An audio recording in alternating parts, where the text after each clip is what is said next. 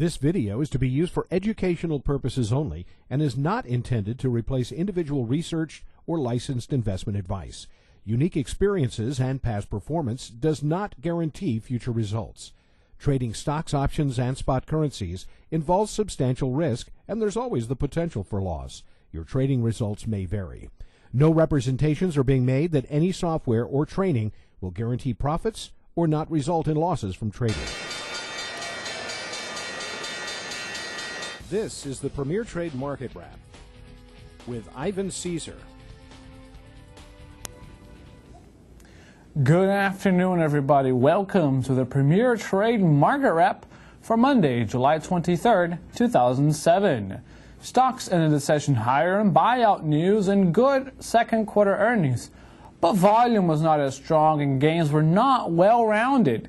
Techs and financial stocks lagged the market, with the Nasdaq higher by about 3 points, closing at 2690, and the S&P 500 higher by about 7.5 points, closing at 1541. Most of the gains came from the Dow, where it closed higher by 92.75 at 13943.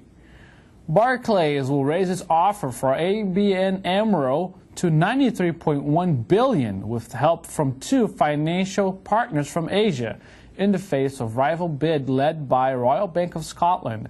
Barclays' new €67.5 billion offer includes 42.7 billion in shares and 24.8 in cash. The president of the United Auto Workers said the union is not in the mood to make concessions during contract talks with U.S.-based automakers who say they need cost cuts to stay in business. It appears that the union and General Motors are far apart as they try to ink a new national contract before a September 14th deadline. Ford Motor will also see concessions. Bargaining with Chrysler Group started last week. Transocean, the world's largest offshore drilling contractor, announced it will combine with smaller competitor Global Santa Fe, creating a company with a full range of offshore drilling services in the world's key markets. The deals included $15 billion cash payout to shareholders of both Transocean and Global Santa Fe. Shareholders of both companies will also get shares in the new company. Executive at the nation's two satellite radio companies released details of pricing plans that would allow customers to choose which channels they want to receive if the two firms are permitted to merge. XM Satellite Radio and Sirius Satellite Radio announced the merger, then valued at $4.7 billion last February. The combination of these two companies requires approval from antitrust regulators and the Federal Communications Commission. Walmart Stores, the world's largest retailer, announced it's cutting prices on back-to-school items and other products in a move to combat the effects of higher gas prices on customer spending.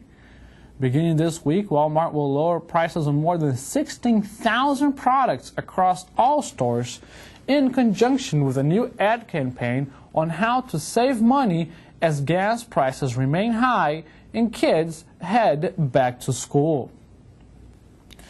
In earnings news, Merck reported its second quarter profit jumped nearly 12% on an across-the-board rise in drug sales, and the company boosted earnings guidance for the year.